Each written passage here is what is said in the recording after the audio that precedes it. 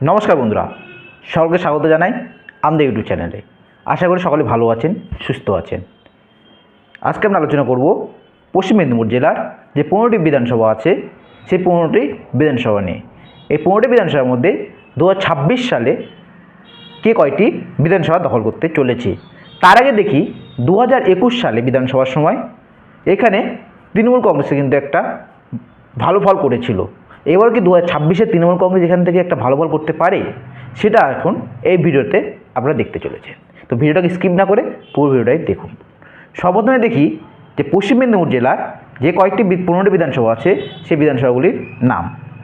প্রথমে রয়েছে ডেবরা, তারপরে দাসপুর, ঘাটাল, চন্দ্রকোনা, গড়বেতা, শালবনী, কেশপুর, মেদিনীপুর, বিনপুর, বান্দোয়ান, খড়গপুর সদর, খড়গপুর, নারায়ণগড়, কেশিয়ারি এবং সবং।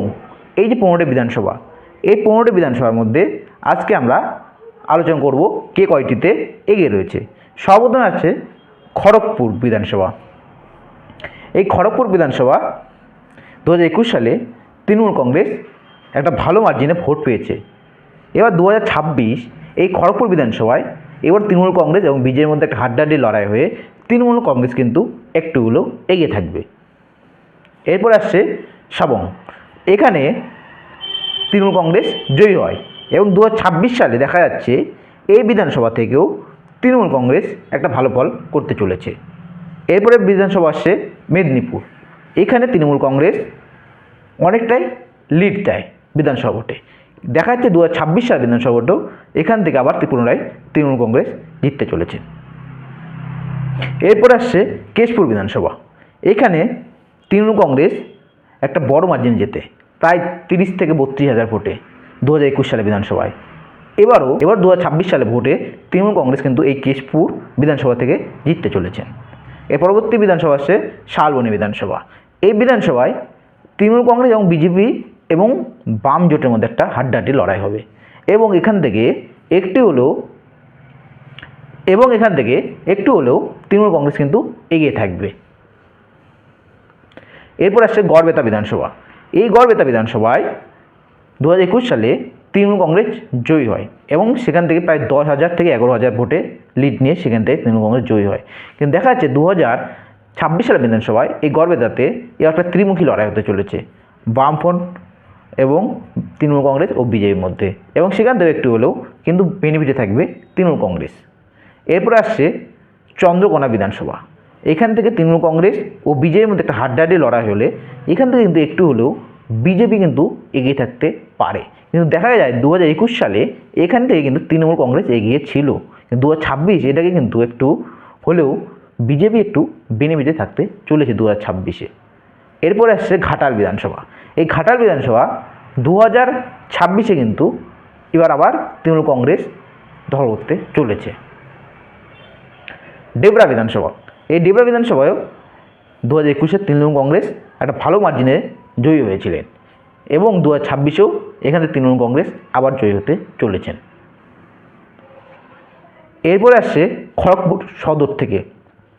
এখান থেকে এবার বিজেপি কিন্তু 2026 সালে একটা ভালো ফল করবে এই খড়গপুর সদর থেকে। এরপর আসছে পিংলা বিধানসভা। এই পিংলা বিধানসভায় তৃণমূল কংগ্রেস এবং বিজেপির মধ্যে হাড্ডাহাড্ডি লড়াই হতে চলেছে এবং এই বিধানসভায় আপনারা অবশ্যই কমেন্ট করে বলবেন যে কে এখান থেকে এগিয়ে থাকতে পারে 2026 সালে।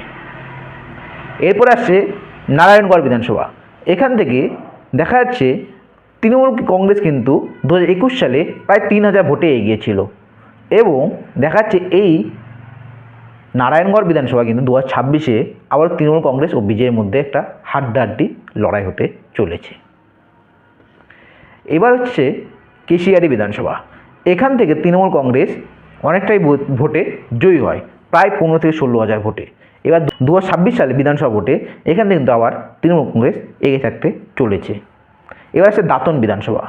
এখান থেকে তৃণমূল কংগ্রেস ও বিজেপির মধ্যে একটা ভালো ফাইট হয়েছিল 2021 সালে।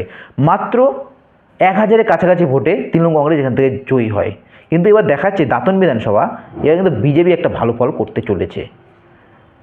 তো এই ছিল বন্ধুরা 15টি বিধানসভা কেন্দ্র নিয়ে। সেখানে দেখা যাচ্ছে এবারে 10 থেকে 11টি বিধানসভা তৃণমূল কংগ্রেস পেতে চলেছে এবং বিজেপি এই 4 থেকে 5টি বিধানসভা পেতে পারে। তো জানি না, সেটা জনগণই রায় দেয়, জনগণই শেষ কথা বলে, সেটা দেখা যাবে মে মাসের 4 তারিখে। আপনাদের কি মতামত অবশ্যই কমেন্ট করে জানাবে যে এই 15টি বিধানসভার মধ্যে কে কয়টি বিধানসভা এবার দখল করতে চলেছে 2026-এ। তো ভালো থাকবেন বন্ধুরা, দেখা হচ্ছে পরবর্তী কোনো ভিডিওতে।